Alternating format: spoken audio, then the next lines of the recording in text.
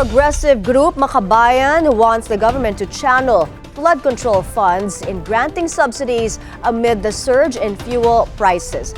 Nasa linya si Isaiah Mirafuentes ng Abante. Isaiah, gaano ba kalaki ang pinag-uusapang pondo ng Makabayan Block? Yes, may tama ka dyan. Hinihiling nga ng Makabayan Block na ilipat ang pondo na para sa flood control at magamit ito sa kasalukuyang krisis. Dahil naniniwala sila na meron na raw krisis na nangyayari sa bansa. Taliwas yan sa sinabi ng Malacanang na hindi raw tayo nakararanas ng krisis. Panawagan ng grupong Makabayan, dapat magkaroon ng emergency session ng Kamara para solusyonan ang kasalukuyang krisis sa bansa. Sa isyu nila, dapat magamit munang pangtugon sa krisis ang pondo na dapat sa flood control project. Aabot kasi sa mahigit 200 billion pesos ang pondong hindi pa nagagamit para sa mga flood control infra noong 2025 at hanggang sa ngayon ay naka-4 later release pa rin ng budget na para sa ilang mga proyekto. Kaya ayon kay Kabataan Party List Representative Reneco, dapat iyon muna ang gamitin sa ngayon. Isama pa raw rito ang pondo sa farm-to-market roads dahil ang mga proyekto raw na ito ay takaw korupsyon at napatunayan namang may mga irregularidad.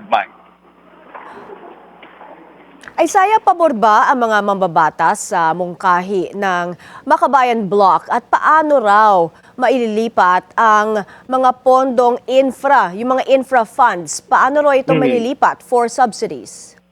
May hanggang sa ngayon, patuloy pa tayong kumukuha ng opinyon ng ilang mga kongresista kaugnay nga sa hiling ng Makabayan Block. Pero bago nito, may mga kongresista na tayo na nalaman na mga nananawagan sila ng kung paano masusolusyonan yung kasalukuyang krisis na nangyayari sa bansa. Partikular na si Congressman Elisan Fernando, sinasabi niya sa atin na dapat taasan yung sahod.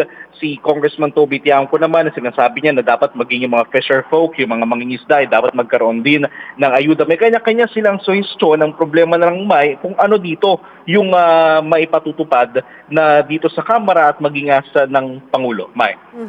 Kung ano ang maipatutupad at kung kailan? Kasi we're on our 4th week na doon sa Middle East crisis at marami ang naghihintay. Ano ba ang aksyon ng gobyerno?